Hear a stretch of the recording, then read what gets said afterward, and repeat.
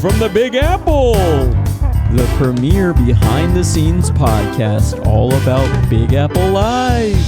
the cast, the music, the laughs. 50 years of funny. Live, laugh, love, and love laughing. Hold for laughs. Just read the cards. And oral history. And now your hosts, Billy and TJ. Oh my gosh, TJ, how was your week? It's raining in LA. It's raining.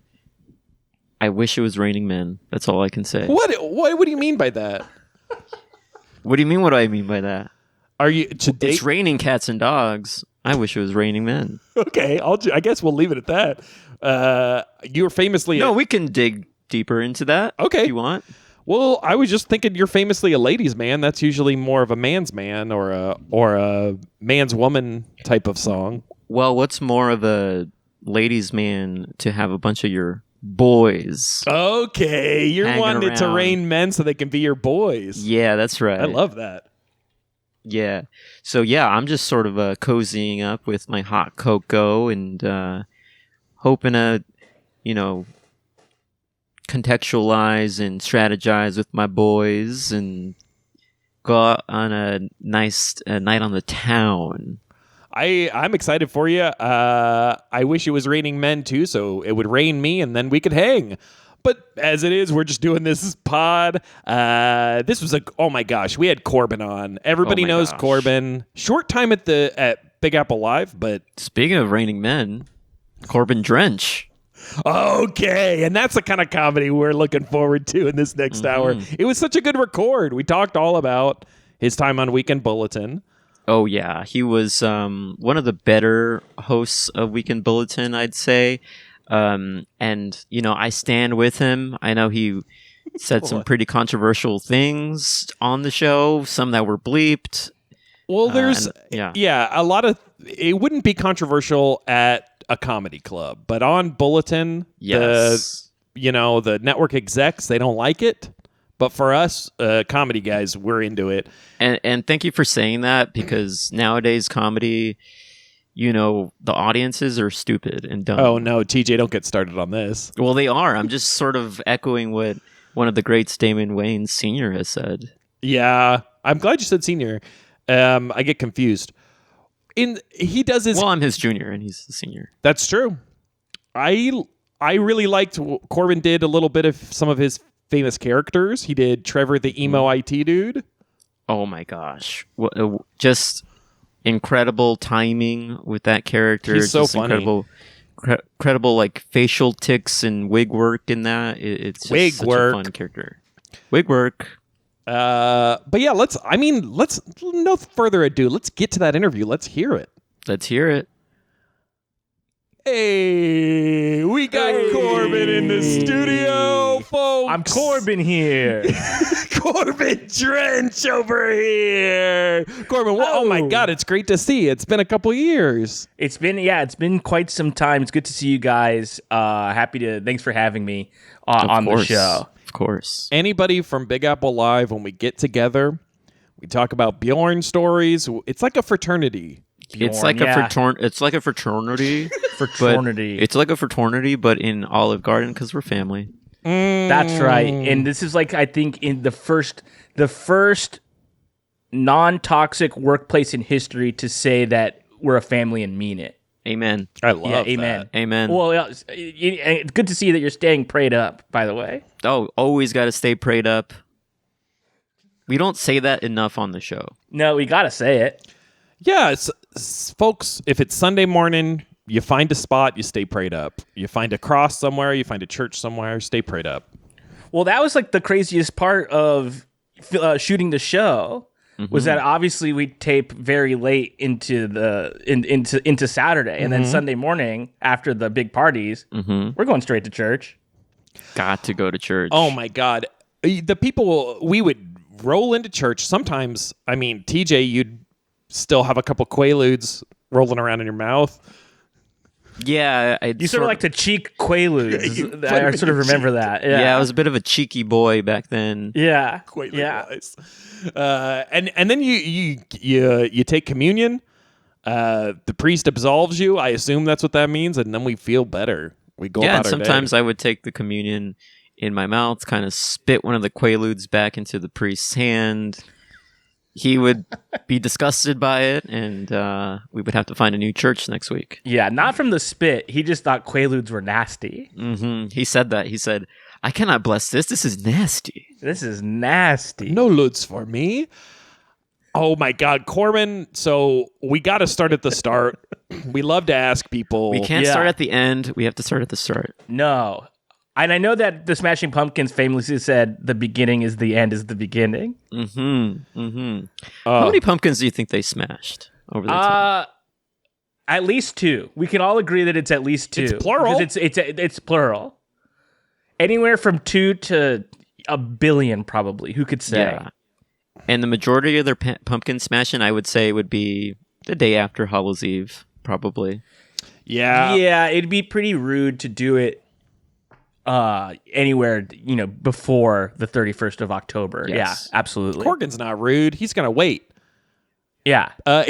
What is he, some sort of secret destroyer? No.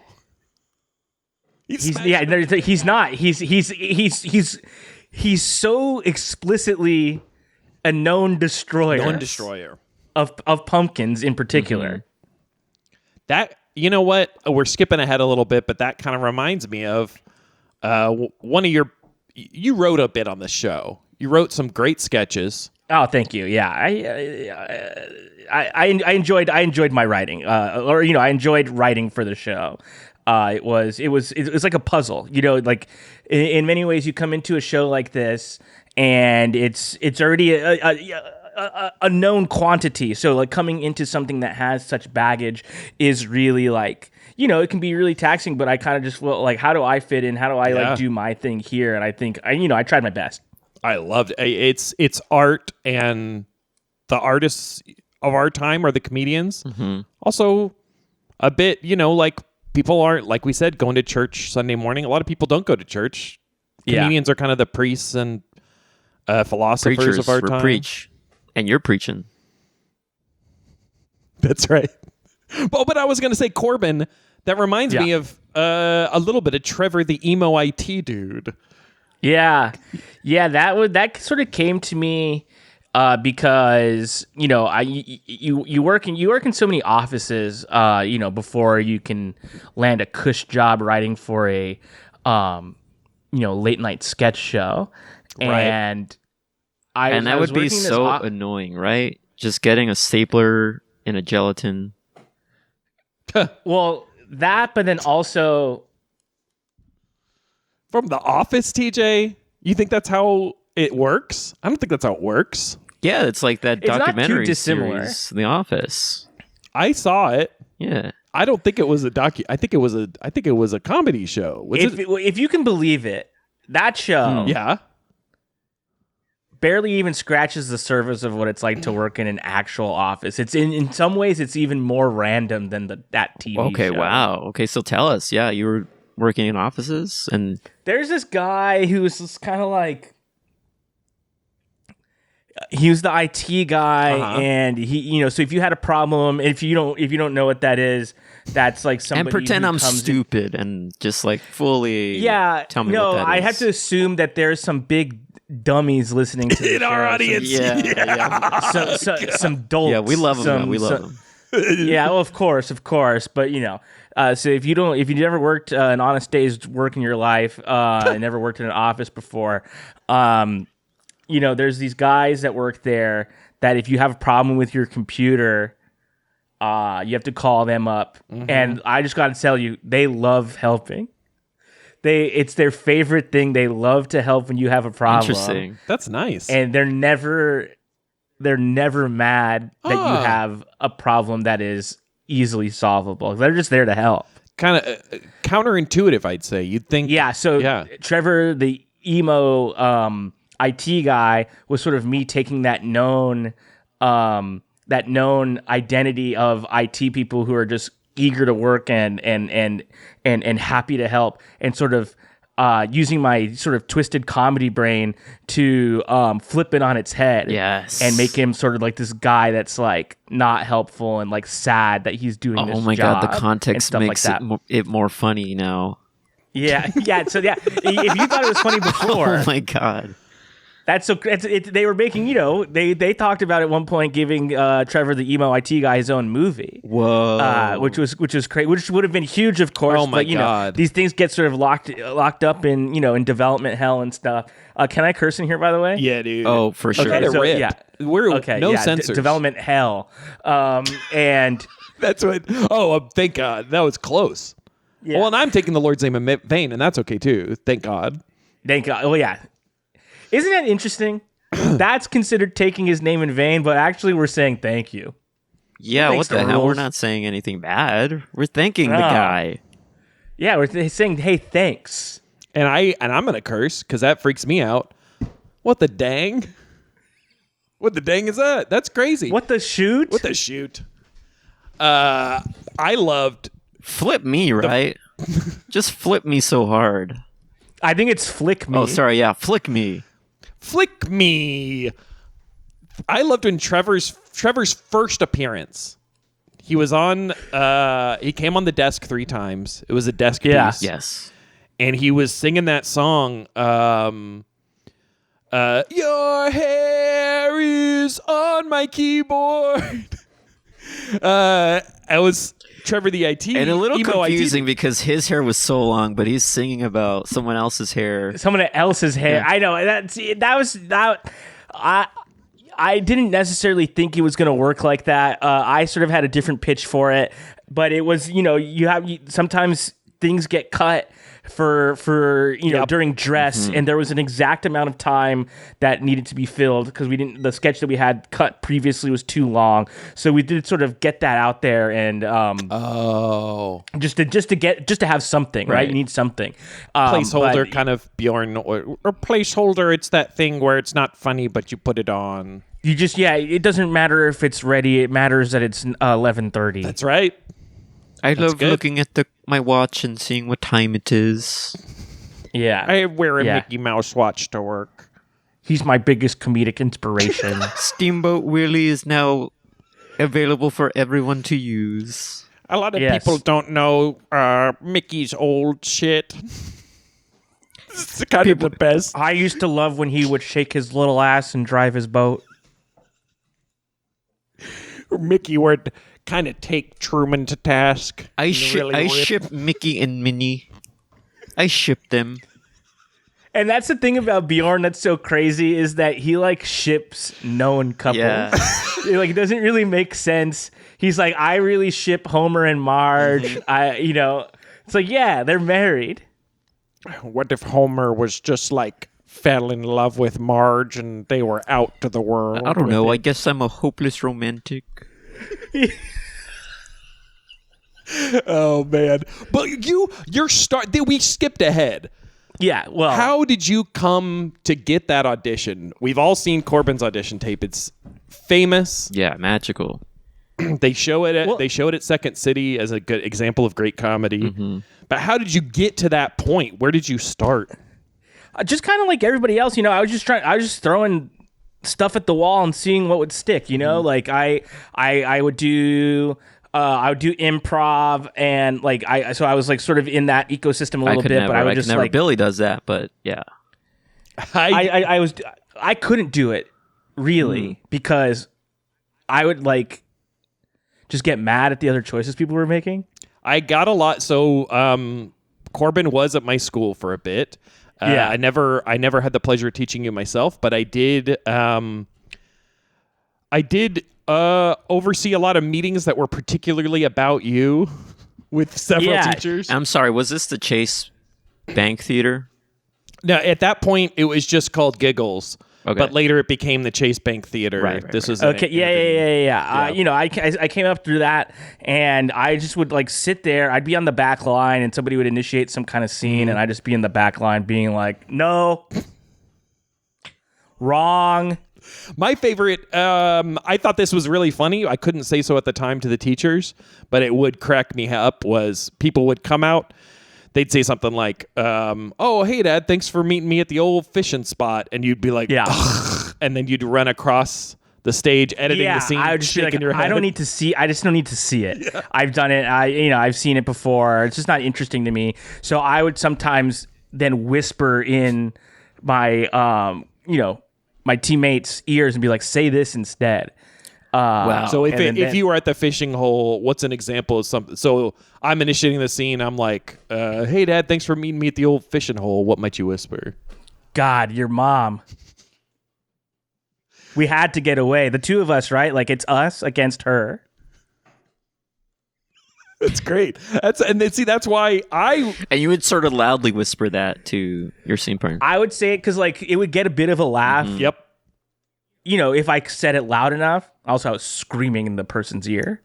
How are they supposed to hear you otherwise? So a stage whisper, Yeah. we call that. A stage whisper, yeah. And it would usually get enough of a laugh where, like, the person didn't even need to repeat it. Yep. And then the scene would just carry forth with, the new reality that we've established that I fixed. I sort of considered myself a bit of a fixer, and then I eventually started to not need a team anymore because I was just like, this is what's actually holding me back. I need to just be up there by myself, and I would do heralds. I know it's like crazy to talk about heralds as like such an old thing because like nobody really knows about that or like cares about that at all. Nobody cares. Nobody's talking about it. I would do them by myself. Yeah, you'd do one dude heralds at the Fargo. You'd sell out the Fargo Theater. I'd sell out the Fargo Theater, and it was nice that people thought that was something that they wanted to see, and like at the time it made me feel good. Now I sort of look back on it a little bit and be like, it's just such an antiquated form. I sort of am envious of the people that are starting now and coming up in a different thing. Well, just to be clear, we are still teaching that. You're still teaching that. Giggles presented by Chase Bank. See, I guess I'm just so out of the. Yeah, and I get why you would say that. It is. And can I just say, I also did some stuff at the Fargo. I did mostly stand up, and it was always such a masterclass watching you go up there and do that one man herald, because I can see now you giving the context, which always when you give context it makes it so much funnier. The context. Yeah, exactly. So when you were a part of a team and you were like sort of stage whispering what the other team members should do, you kind of still did that in the one person heralds, but to characters you were also playing. Yeah, well, because the thing about that, I ended up having to do that because I couldn't obviously be everybody all at once, right? I had to just sort of be bouncing around and doing that. And then film, by the way, I see what you did there. Bouncing around. Well, that's like my favorite movie, and so you're getting choked up. I'm just getting a little choked up thinking about it because it's just a part of my story, and it's a necessary part. You have to have these sort of like these moments that are tough in your coming up in this crazy in this crazy business we call show. And what's your pain? I realized that it wasn't even the team that was holding me back. It was myself, because I was still unsatisfied with the choices that I was making just a second prior. Richard. God. Richard. I was already crying and now you bring up Richard. Oh man. Corbin, I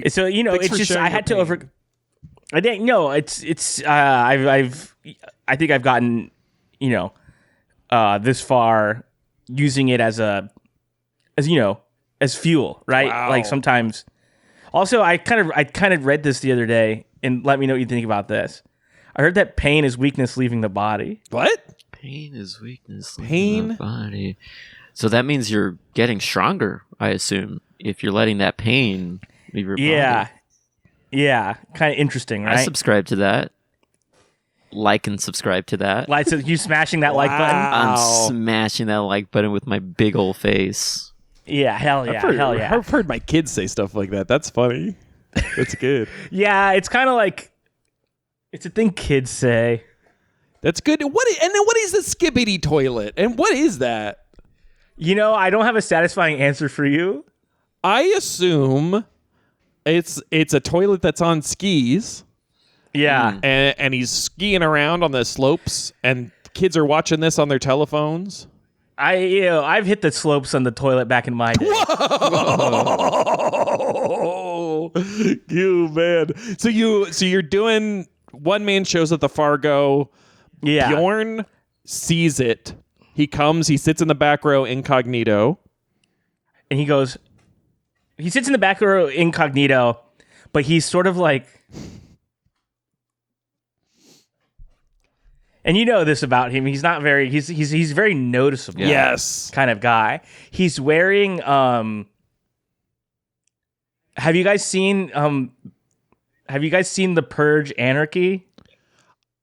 I haven't. Is that a popular film? I've seen The Purge. It's like I'm familiar with The Purge. The Purge escalates to a point where it sort of adopts sort of like rave culture, Right. kind of. They have like these like light up masks. Okay, great. Yeah, I'm aware of these masks, yes. He's got one of those on in the back. Whoa, a light up mask.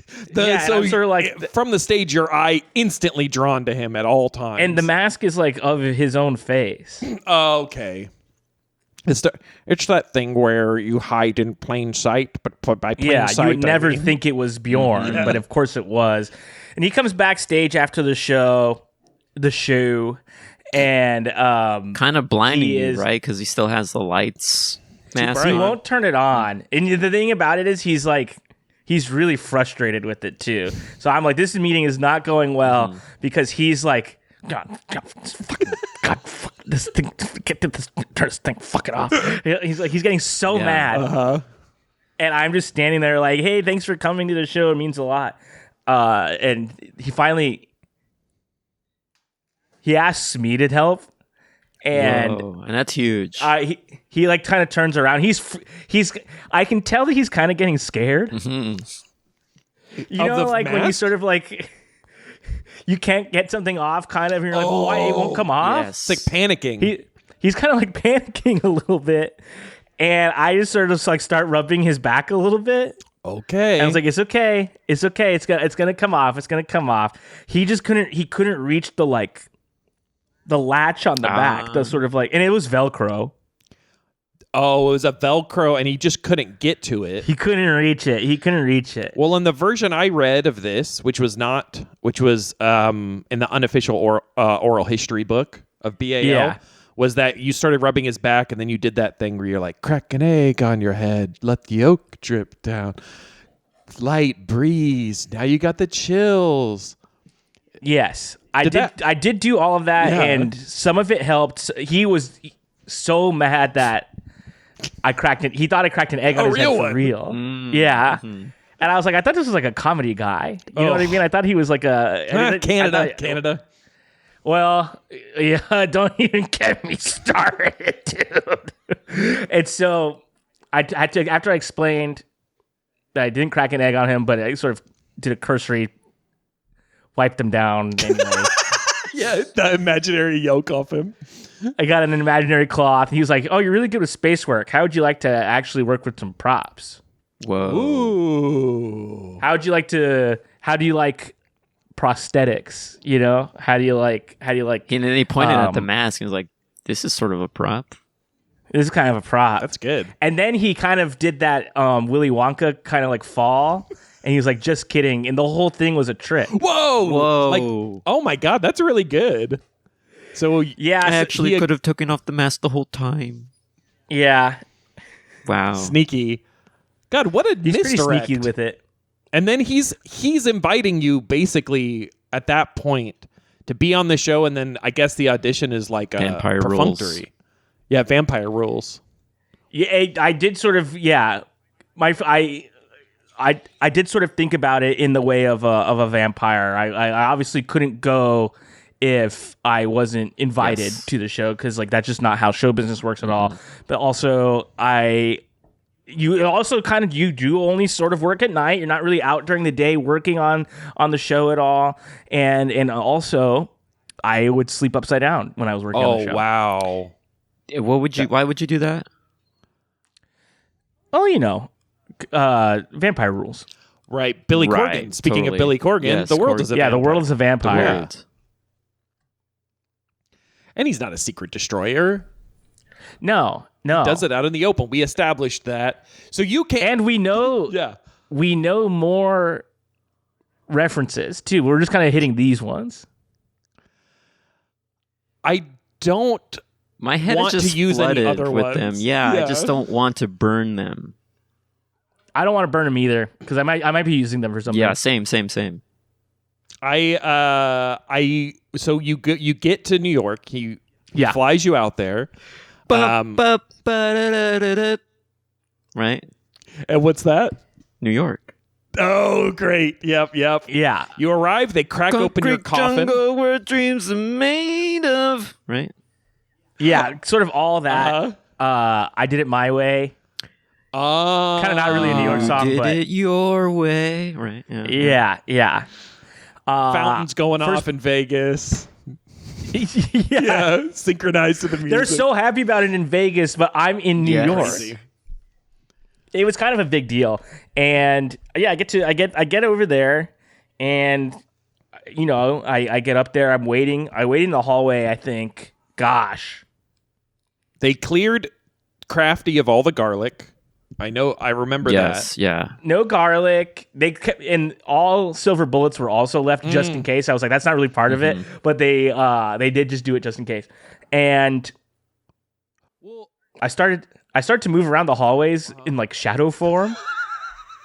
That's good. And that way, if someone else is back there auditioning at the same time, they're not going to get like a whiff of you.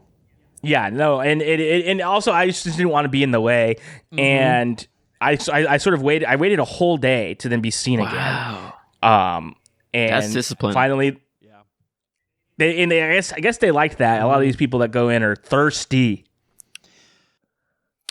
I'm parched. I need to do this audition. I'm parched. I'm so parched. And their lips are dry and they're trying to audition. It's tough because you got to wet your lips. Corbin, when you finally got in there, I've seen this tape a lot of times. Of course, I had moved on from the show at that point, but I've seen the tape, and my favorite thing you did in that audition was Tony Soprano moves to San Diego. Tell us a little bit about What if an you want to idea. do a Break- bit of it. Yeah, so good. Well, The Sopranos, I think, was about to come on. Yeah, you'd seen. you heard about this pilot. That's Yeah. right. Because it's 1998. And I was like, I just already know this is going to be a big thing. I think it came out. I think it was out. Yeah. It must have. If you were doing it, it must have been out. It must have been out. But I just kind of was like, he's for this New Jersey guy, works in quote unquote waste management, Oof. right? And then obviously you watch the episode a little more. You learn a little bit more about what his actual job is. And I was like, okay, what's the like place that's most opposite of New Jersey? And was like, oh, I think I have something here. And kind of came in and was like, Jesus fucking Christ, Free Willy. Yep. That's good. See how it gets me. It gets me still. Yeah. It's really good. Chrissy, we got to find this band, Blink 182. I loved when you were like, "What's the best burrito place around here?" Chrissy, I can't fucking believe it. They're putting fries in the burrito over here. So weird. That'd be like if I was at home in New Jersey putting fries in my gabagool. It would be like that. That's crazy. Yeah, it would be like that. Burritos is gabagool here. Yeah, I love that. You're talking about. I remember that long bit in there. It's a 14-minute audition, which we should say. Yes. There was a long bit about the bridge to Coronado, and It's as long as the bridge. yeah. That bridge is so long, you can't get scared. What if? And then he kind of gets into this other place that doesn't really work, I think, because like not as many people are thinking about this way. I was like, what if there was a kaiju in the water and it smashed the bridge when I was driving on it? Chrissy, could you imagine it? And then Paulie Walnut says that, and he's like, Tone, take it easy. What do you hear? What do you say? You hearing about some kaiju? Switching to Pauly was key. That's yeah, clutch. That was key. Well, that's the important yeah. part because the whole piece is Sopranos, not just Tony Soprano in San Diego. It's Sopranos in San Diego. Yep. It kind of started off as Tony, but then I kind of was like, I got to get everybody else in there to show my range. And the real difference between my, I don't know if you noticed it here, but on the tape, you do sort of see it a little bit better where I'm sort of doing Tony one way. He has like a certain other physicality and voice. And then the voice for Pauly Walnuts is pretty similar to my Tony Soprano voice. But I sort of do that thing he does with his hands where he sort of points with the horn. Yes. That's right. It's different, and it really is accurate. I loved then when you talk about, you get them all in a room and you're like, Big Pussy invited us for a kickback. Everybody grab a stone, arrogant bastard. And then Tone's like, what'd you call me? You call me an arrogant bastard? Yeah. Really and then good. And Chrissy's like, no, Tone, it's a beer, an IPA. Yeah, and then Artie got a higher Bucco ABV. shows up and he's like, Artie Bucco. I can't even say you do it so well, but he talks about like just opening up his new restaurant, how everyone's invited to his new restaurant, burrito restaurant. Yeah, there's that. Well, Artie Bucco's talking about his new restaurant. Yeah, well, hold on. I'm trying to remember exactly what it was called. Search your memory banks. Yes. Oh. Okay, Artie Bucco and his new restaurant. So this is him. Okay, he was like, Tone, I'm opening up a new restaurant. It's called Sombrero. Yeah. The craziest thing is, Travis Barker is in this. I don't know how this happens. I guess he was a musical guest. Travis Barker is in the audition. He hears that. He's on stage. Behind the drum set. Yes, behind the drum set. Yeah. He hears that and he's like, sombreros. We got to put that in a song. We got to. And he's tip tapping his legs with his drumstick, and he's like, that reminds me, I got an idea for a song. Mm-hmm. Took it to the gang, and he wasn't even in Blink. No, he wasn't at that point. No. Sure, of course it was Ringo. Yes, yeah. Richard Starkey. If you're nasty. But what an incredible audition. And Thank you. Yeah, I felt good about it. You know, you kind of do those types of things, you guys know, and it's like, you get prepped for what the room is going to be like. Mm-hmm. Everyone's going to be laughing uproariously. Yep. And they did. So don't be scared from the laughs. They're all really loud. That's what they always tell everybody. They're like howling. Sort of like howling. You at might the not moon. even. Yeah, they might not even hear you. Mm-hmm. What is it? Raining Men? Howling. God, I wish. I just wish it was Raining Men so bad too, because I would do anything to just be with my boys right now. Hallelujah! It's Raining Men. Where are my boys at? Hallelujah. Amen. Stay prayed up. Oh, thank God. Man, what a great audition story. You would have thought from that, any of us who saw that tape at that time would have thought this guy's going to be here 20 years. I had hoped so. You know, you get a job like this and you sort of go in, you think, I hope this is the rest of my life, right? Or best case scenario, you leave, become big movie star, become really rich. Yeah, incredible. Oh, yeah. Second best would become big TV star. Oh, that's great too. Yeah. But then after that, it's like, okay. Yeah, what else is there? What else do you got? I'm going to do a podcast. No offense. This is a big step up for me.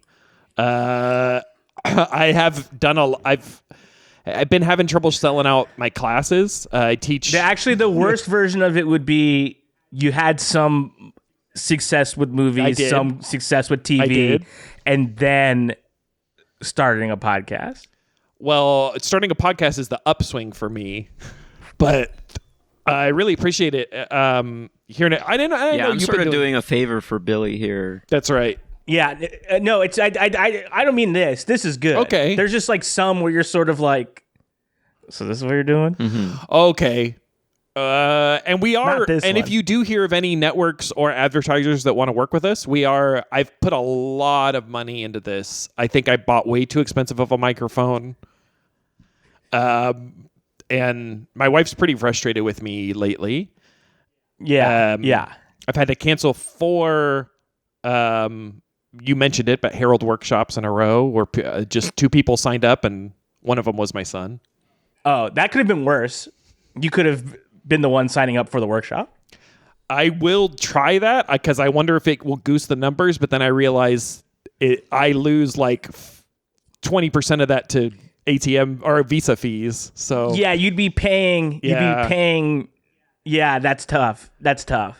Because it's like if it's money back into your own pocket, that's not really that bad. I lose a lot of 'Cause, it, like, the and numbers then I'm thing. having to run around. So I teach from a podium, and I'll have to teach a bit from the podium, and then I run around into the scene because I'm taking the class too. You can Mrs. Doubtfire it. Okay, let me write this down. This is a great idea. That's great. You could sort of like sign up as a different person. Yeah, so I'd be kind of like... So to initiate a first beat, you want to think of a who, what, where, and then I run around the podium, I put on a dress, put on big bosoms. Already And funny. I- Already yeah. funny. You didn't even have I'm to already say laughing. anything. Yep. Well, and then You could maybe be I like, don't- hello, Yeah. I get into that you scene. wicked, wicked monkey. It was a run by throating. What if Pierce Brosnan? The whole time? The whole time? That's great. I think this will work out. This is really helpful for me, Corbin. I really... I think you, my wife thinks you. I think this is going to be big for me. Hey, I'm just happy to help. You know, if I can impart any sort of wisdom onto anybody, even people I look up to and respect, I'm happy to do it. What would you say to a young comedian out there, maybe at the Giggles School or TJ? Where do young stand-ups go nowadays? Well, Gosh. back when I was doing stand-up, as you know, as listeners know, I did it in the basement of 60 Karn where all these auditions were being taken place. Yep. And I was really, it was a DIY situation. I was doing stand-up for all the pages at 60 Karn. Wow, that's pretty. That's great. That's So you got to create your own space, I think. You got to create your own space. Gosh, for advice for young people, obviously, like front facing like character videos online are good and That's funny. good. I've been doing a lot of back-facing ones, and those are not getting any traction. Those are not ready. They're not ready for that Yeah. yet. But their kids are gonna love it. You know what I mean? Sure. Yeah. I would say do stuff like that. Do stuff. Honestly, like dances Okay. too. While we're just sort of The like, Watusi. That's the kind of stuff I'm bringing to the table. yeah. You bring in a little Watusi. Maybe. Well, gosh, I wish we had a direct line to the show right now because I just came up with a great pitch. Oh, Ooh. let's hear it. You Let's get hear it, yeah. Stanley Tucci Stanley Tucci. doing the Watusi, Tucci Watucci. and he's doing the dance, and we're calling it the Watusi. That's a cold open. Yeah. Yeah. That's really good. I love that. And I mean, maybe he's got a Trump wig on just to Yeah. make it in the cold open. And it's just like him sort of like doing it, and it's like Trump doing That's it. good. And I think then Tucci's going to be back every week doing just the cold open. Yeah. Just eating a fucking plate of carbonara. Oh, my God. How good does that sound right now, by the Sounds way? so Can I say? good. I would kill for a I carbonara would. right now. Vehicular manslaughter for carbonara right now. Hey, Yeah. Carb, get some of this carbonara in my burrito. See, I like how he asked That's- Carm to do it. Carmela. no tone. The priest said I shouldn't do that. The priest. It's just kind of a... That's my Carm voice. The priest said, "Oh, Tony." Mom, Dad, what do you think of my Slipknot shirt? Boy, we should get some frosted chocolate milkshakes. Hey,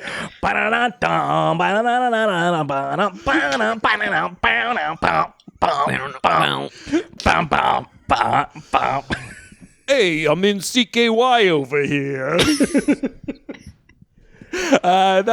Is this a pitch? Yeah, that's a... Wait, I have Yeah. something, I think. Please, Corbin, the floor is yours. And see, this is the kind of stuff I feel like this is, ultimately, this is the type of stuff that ultimately led to my firing from the show. Because I would sort of pitch dangerous stuff like what I'm about to share with you on the show right now. Louis CKY. Oh, okay. Oh, okay, yeah. And we see Louis walk. It's like, I hate my kids. Let me eat this slice of pizza. Oh, man, I hate myself. And he gets hit by a shopping cart. Yeah. Exactly. Yeah. And then you get like Ape and Phil to be in it too. Oh, I love that. Waking their ass up. They're so tired. Yeah. They just want to go to sleep. They just want to sleep, smack the Then hell Louis out of them. C.K. goes in there and starts doing his stand-up material all loud. Yeah. Talking about how I think it's got legs. his unique Mexican-American perspective while he smacks them around. Mm-hmm. Yes, yeah. This is for this. He's going to really lean into that. Yes. Yes. He thinks it's going to help in some way. Yeah, he's on the rebound. Yeah. He's like, what if I start saying I'm Mexican? Sort of true. It is. It is true. He's like, but what if I start doing it? What if I start doing that? It can't hurt at this point. Yeah. But that's a great example of why you ultimately were asked to leave. Yeah, because you spent a lot of time at the Weekend Bulletin desk. Yeah. And ultimately, that kind of you did some. I mean, I don't want to speak for you, but you did some crazy, outlandish material that ultimately Bjorn wasn't too much of a fan of, because it was kind of close to his heart. Mickey Mouse. Mm-hmm. It was Mickey Mouse material. Yeah, I would do what I felt like, because this was 1999, so it kind of felt like it was like the dawn of a new age, like things were just really changing, and I thought if I just went out there and I sort of like started talking about Fight Club. Oh no, which is obviously a huge mistake. Yeah, that's the first rule. Yeah, I didn't think it was a mistake, of course, at the time. I thought I was being subversive. Kurt Vonnegut even said it.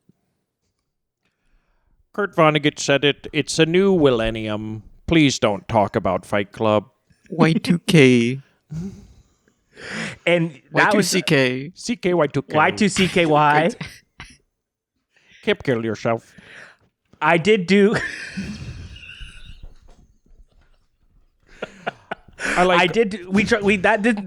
CKY pitch did make it to dress, and it was Y2CKY, and it was a computer trying to log onto the internet, and the dial-up tone was that song. And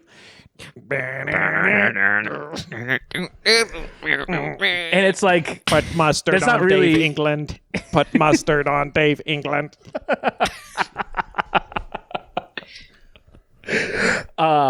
Mustard. Yeah. And by the way, where's my residual for that? Oh my gosh! When I heard that, I was like, yes. "What, Corbin? That's your thing. You're the hoe that he's talking about. Mustard on the beat, hoe. That's Corbin. It's me. That's you. Famously love gardening. I love it.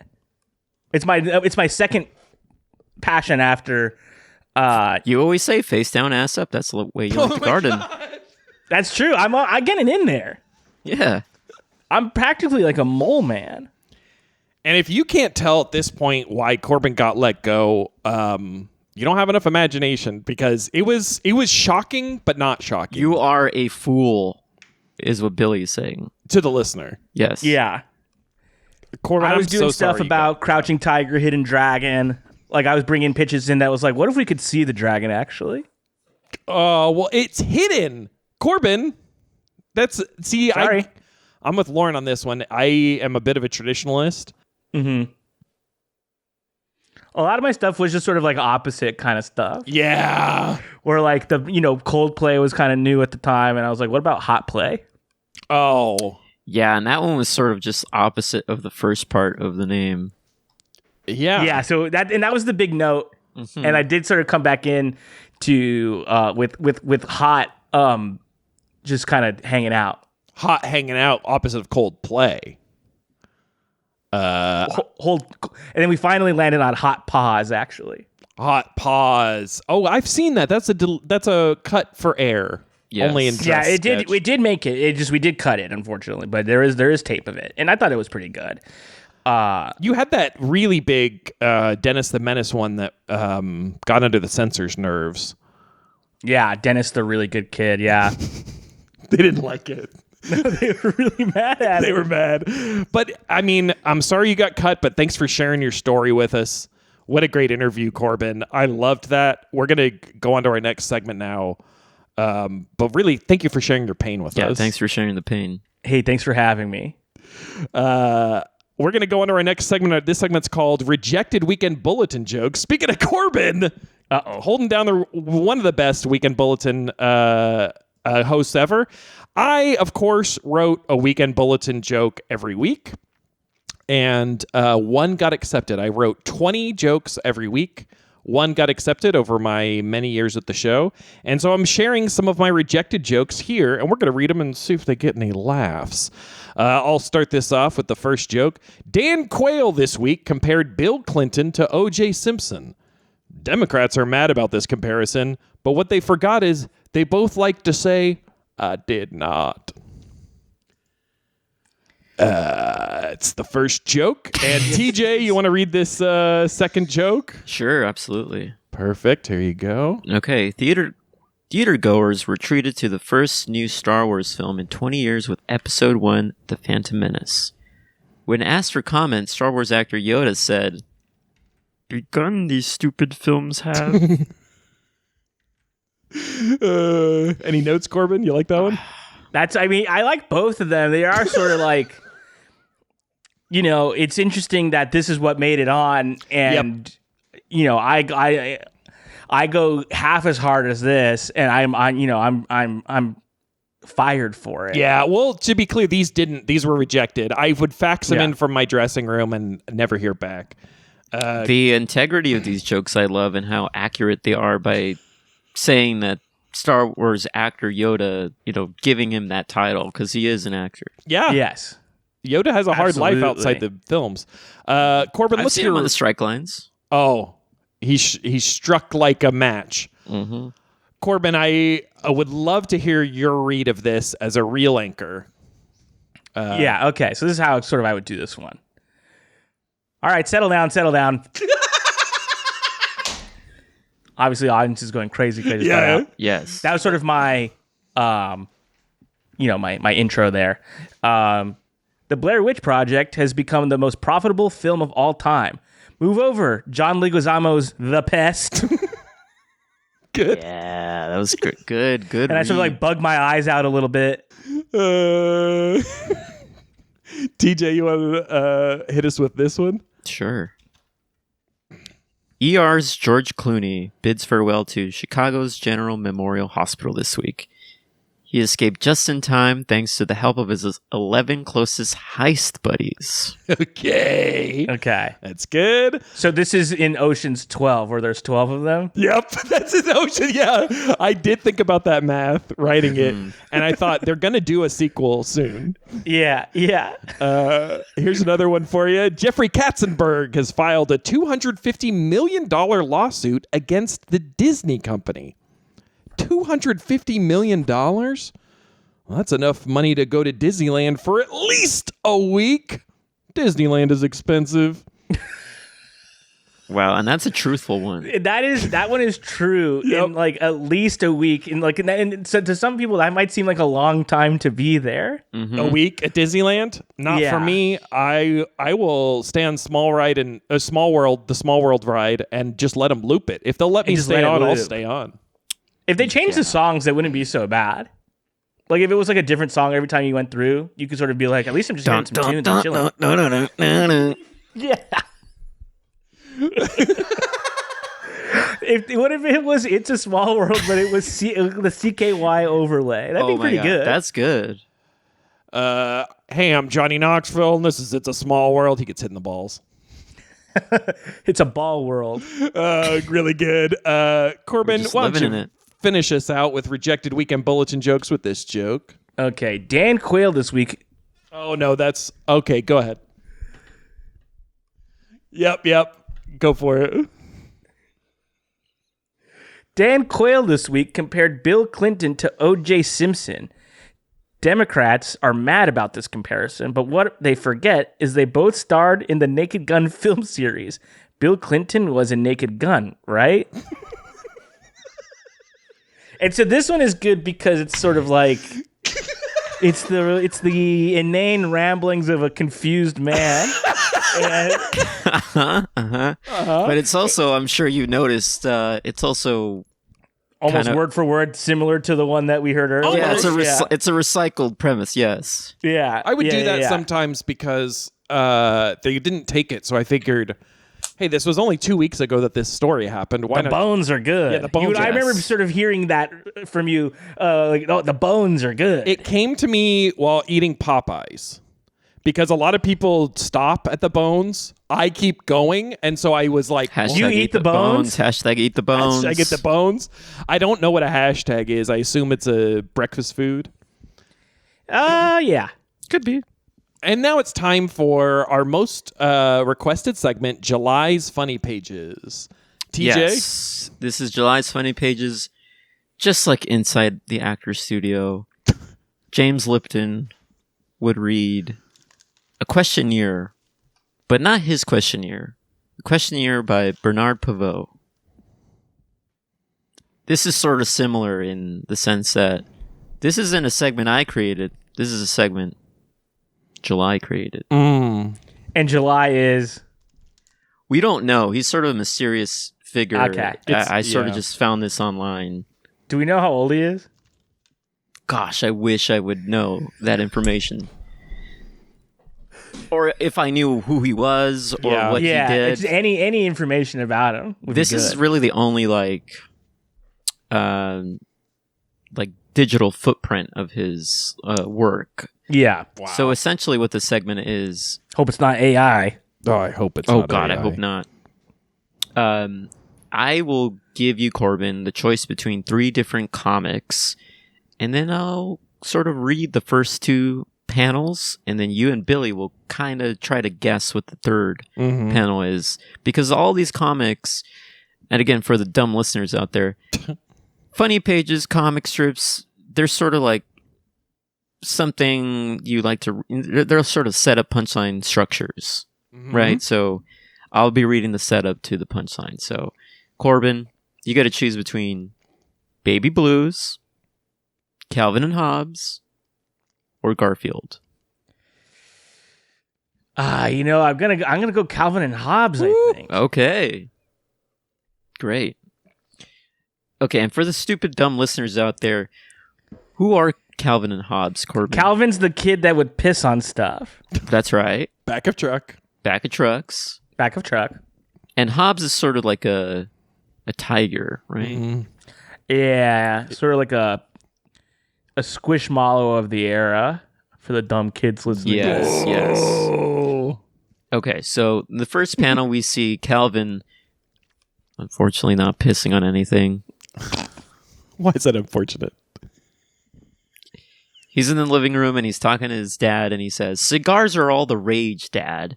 You should smoke cigars." Okay. Okay. And in the second panel, we see Calvin's mom enters and she says, "Flatulence could be all the rage, but it would still be disgusting."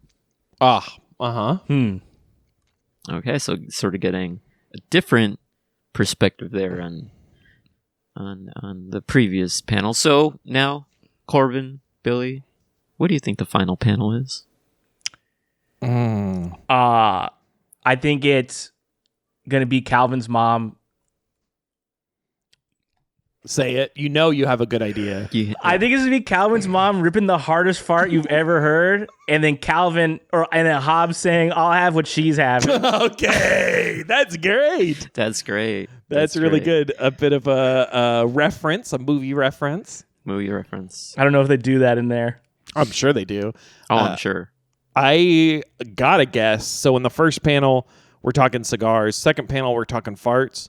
Third panel, I gotta imagine Calvin's dad stands up, looks straight down the barrel of the camera, and goes, "What do you want me to stick a cigar up my butt?"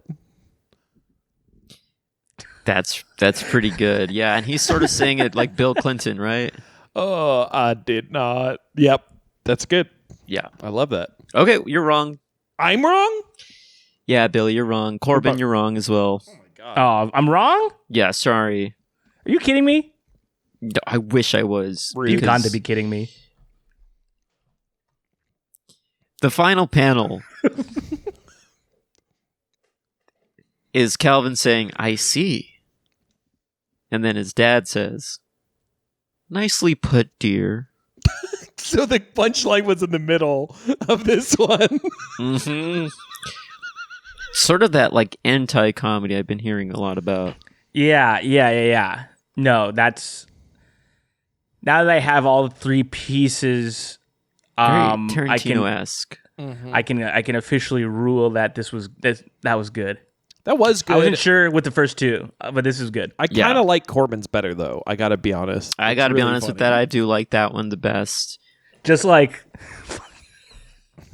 Because it actually brings legs Hobbs in the air. Yes. Just like trying to light it almost. Yeah, like Yes. a Jim Carrey light the fart situation. Yeah. Yeah, like in Dumb and Dumber when he's trying to like impress all those cool people. Yeah. All right, so now's the part of the segment where I read the comments on the comic. Mm-hmm. My favorite part. Yeah, Cody Scroll Cab down. says, "Well, that was a gas." Good one, Cody. That's pretty good, Cody. That's good. And then there's 20 replies to that comment. Everybody's got to get People it. probably being like, "Oh my god, I'm dead." Dad the dog says, "I don't give a toot." Okay, that was a reply. And then Michael Axel says, "Thank you for rectifying that." And that one's a bit of a thinker. That one's pretty smart, actually. And then Finbar Gertie, who's a premium member, says, "You can't hold a candle to it." And that one's a bit of a stinker. Bob the Sponge says, "Huh, get it? Because Flatchill, okay." Huh.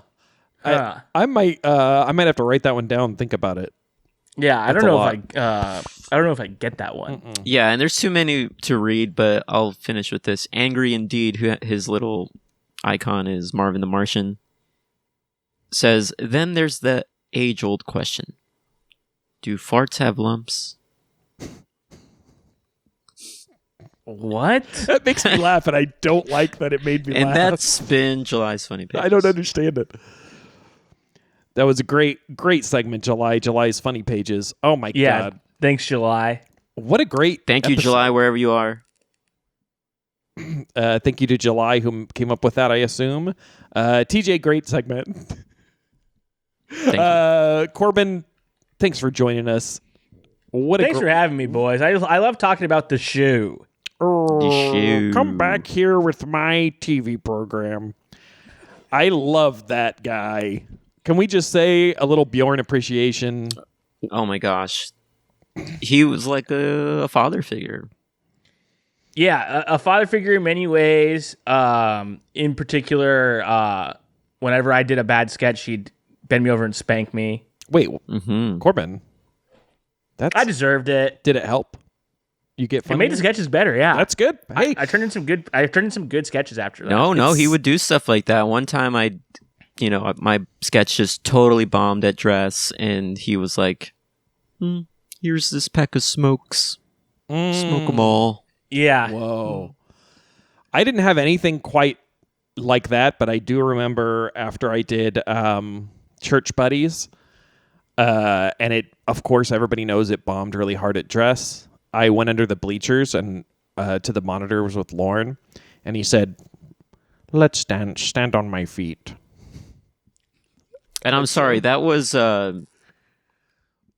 somebody else. That The told you to do Bjorn is that? what I meant. I had a little hiccup, and I said Lauren, but I meant Bjorn, of course. Okay. Yeah. But it wasn't always. Yeah, that's like it was to your point. It wasn't always a punishment. It was always something. It could sometimes be like a nice thing. Like I remember one time one of my sketches did really really good, Oh, and he was like, let's go play catch outside. And we played catch. wow. So cool. Is this the Yeah. time when you did that, and then you went into the corn afterward? Yeah, and then disappeared. afterward I went into the corn. And now it's time for plugs. It's just so crazy. I forgot about that really pivotal detail. After we played catch, I went into the corn. spelled with a K and a backwards R. Yeah. now I let's really just- don't know what you're talking about. Kind of a Deftones thing. Don't worry about it, TJ. I'm going to see them tomorrow night. The Deftones? Wow. Yeah. Wow. Pretty sick. Where are you going to see them? 1997? Yeah, I'm getting a time machine. I'll tell you about it after. That's a pool ball band, and I like pool. Do you remember that? They Splash. used to always have a pool ball. Anyway, so Splish it's time splash. I hope, I wish, I pray it was Raining Men. Yeah, get him in here. Time for a good hang. Kick back with my boys. Speaking of boys, Corbin, what an incredible appearance this has been. You've graced us Thank with your you. presence. Lots of Yes. incredible stories. What would you like to plug? Where can people find you on their telephones? Yeah, I mean, I'm sort of doing more like. I know that was sort of coming down on podcasts earlier. I thought I'd start. I'm going to be starting one pretty soon. Yep. Interesting. Wow. After you sort of like. It's called Get Percent. Drenched. Oh, okay, cool. That's cool. good. And basically what it is I have it's an interview show that's actually it's poolside. And when I don't like the response that I get from my guest, I kick him in the pool. Oh, wow. Very What a good CKY. That's really good. It's on Lemonada. It's on Lemonada, yeah. Yeah. It's ad supported through Lemonada, but it's also on my my Patreon. That's good. I love to hear that. I would like to say I'm a big fan, and I know you're a big fan of this guy, Matt Apodaca. yeah. He's a great comedian. He's got it. You're always talking him up, right? Yeah, he's just he used to be kind of a young kid. Now he's kind of like a Middle-aged kid. sort of like a middle-aged kid. Relatable. Wow. Yeah, and but he's You got considered it. him middle age, huh? What do you consider him, TJ? I don't know. Okay, great. Middle age could mean a lot for a lot of different people. I guess it means because like the thing about being middle-aged is that like that means you're in the middle of your life. Yeah, so exactly. like yeah. which is not true. I guess he's a millennial, I guess, and not one of these bad ones. Yes. Oh my God, these bad ones. Yeah, these bad ones are oh my god. Oh my These are God, so eating bad. ass, Oh god, and taking names and chewing chewing bubblegum. bubble gum, probably to disguise that taste of ass. But Going to the dentist. Like, dentist, please help me. yeah, and then their name's David, and they're after the dentist. Mm-hmm. What the heck? Is this real life? My mouth tastes funny. Yeah. That's the Yeah. the millennials. That's the millennials. God, I hope they don't do anything crazy like slapping or anything like that. But so this guy, Matt Apodaca, he's great. He's a podcaster, and I enjoy his work. You can check him out over on his podcast about video games, which I don't understand. It's called Get Played. He hosts it with Nick Weiger and Heather Ann Campbell. That's correct. And they're also very funny, but he's the star, and it's great. You should check it out. It's great. I love that podcast. Yes, good Thank good you. stuff. They talk a lot about video games and cool video games, and Not enough for some people, apparently.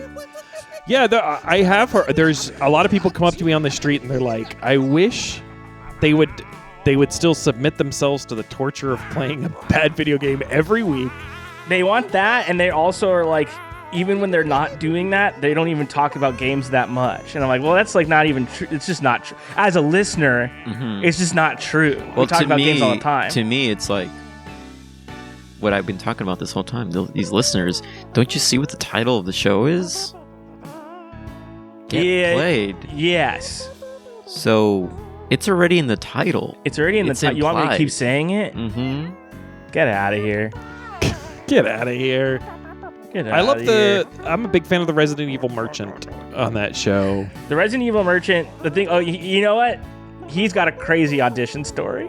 Whoa. He auditioned on Big Apple Live? He auditioned and he didn't get it. Wow. Because they thought he was, another cast member in costume. Ugh. That's heartbreaking. Yeah. They're like, you're already on the show. Disappointing. Yeah. Yeah. Check out Get Played, of course. Check out Candy Dinner, of course.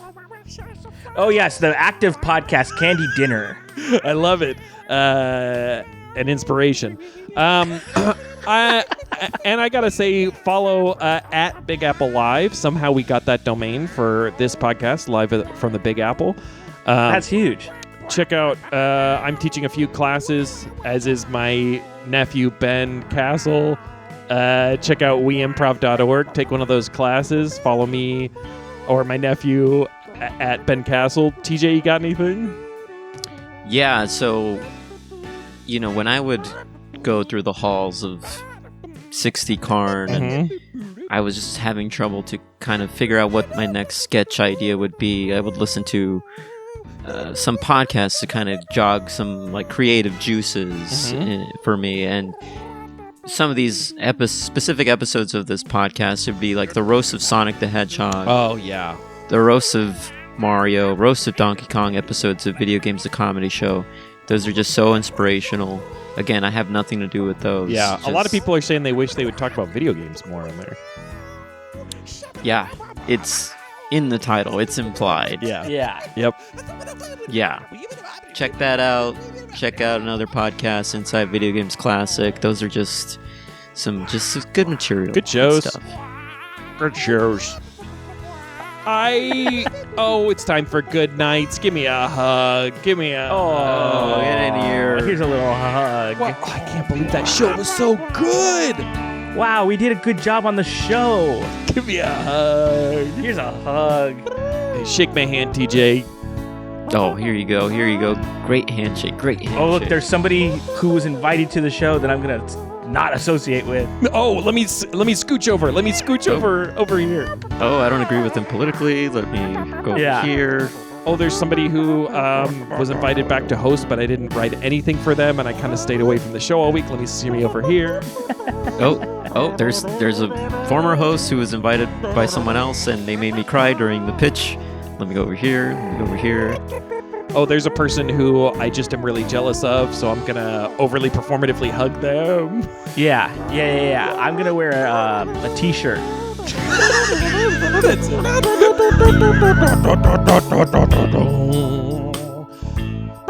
Live from the Big Apple is fully improvised in front of a live studio audience. Just kidding. TJ Hunter's Cap was played by me, July Diaz, and you can follow July, that's me, over at July's the Future on Instagram and anywhere you are online.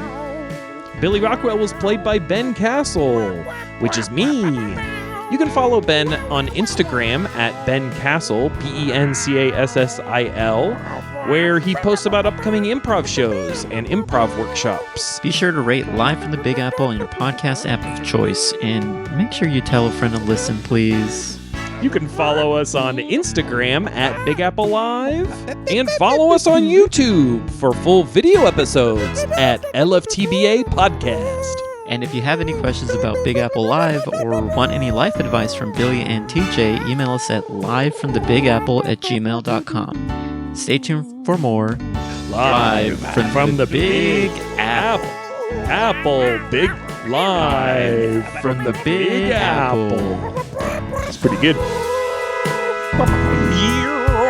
Yeah.